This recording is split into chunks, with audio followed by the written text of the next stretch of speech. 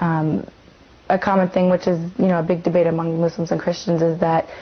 the Muslim standpoint is that worshiping Jesus, as a God in place of, the Father, is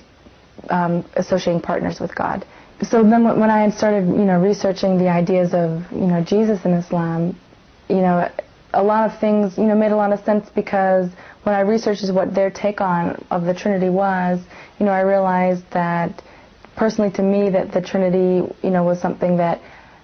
didn't make 100% sense to me. It was something, that I was used to practicing and used to the idea, and I didn't really question, because I thought it was really, wrong to question things in, in my religion, what my parents were, and what, I was born in. So used to this idea, I didn't really, question or look for anything else or have any reason to. I was comfortable with the beliefs, and I was, practicing Christianity. But, researching also that, they believe in the virgin birth. And a lot of points when I researched the difference between the points that the Christians made about, well, Jesus is, the Son of God and that he is God, compared to what the Muslims said, that, Jesus, he, is a prophet of God, but he is not God himself, and that you have to worship God, and he told people to worship God, only, and he didn't ask people to worship him, just, God the Father. So, researching all the whole different points that the Muslims had made and the points that the Christians had made, and doing it open-mindedly and really, like researching it, and you coming to other people with, questions. It's the one thing that I had liked about Islam was that it's okay to, ask questions and to research, and if something doesn't make sense, historically it should make sense, scientifically it should make sense, logically it should make sense, and that was one of the things I really enjoyed about Islam, is that there is a lot of scientific points in the religion that were proven, to be true. There's a lot of, common grounds. We're the most closely related religion to Islam is Christianity.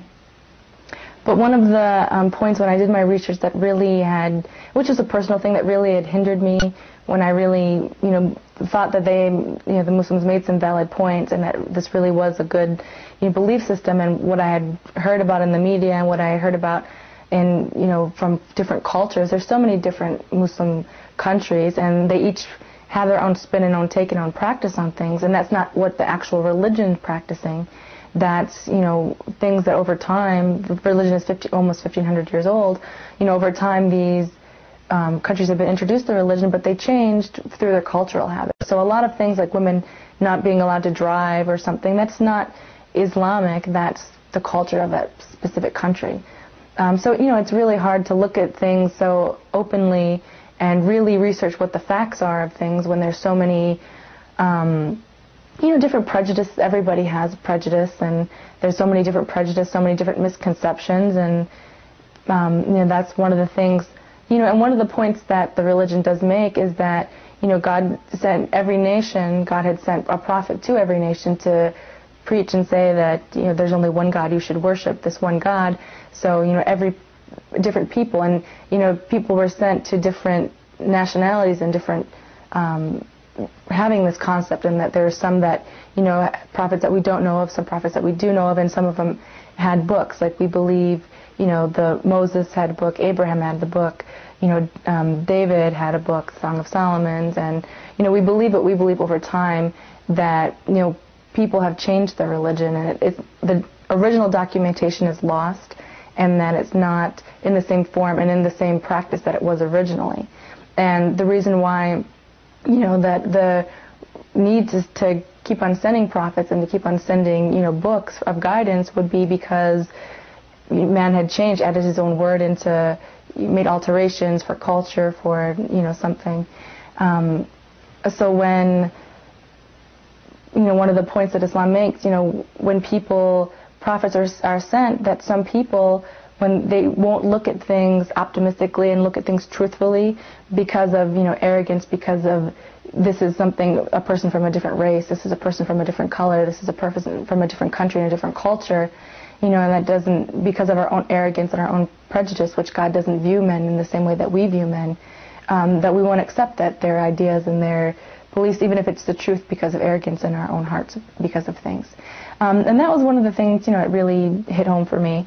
and helped me to look at things optimistically. And one thing that really did hinder me from converting was, it was so socially unacceptable to be Muslim. It's really, difficult to,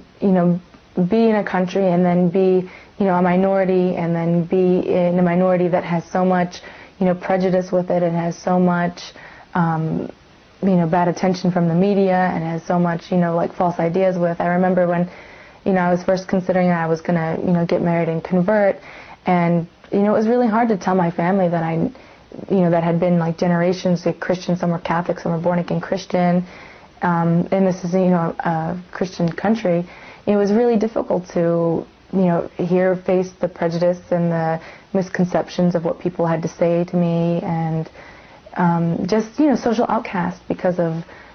religious beliefs and knowing the difference. So it was a really big sacrifice, to go against what the norm of the culture is. It's really, wearing, covering and doing,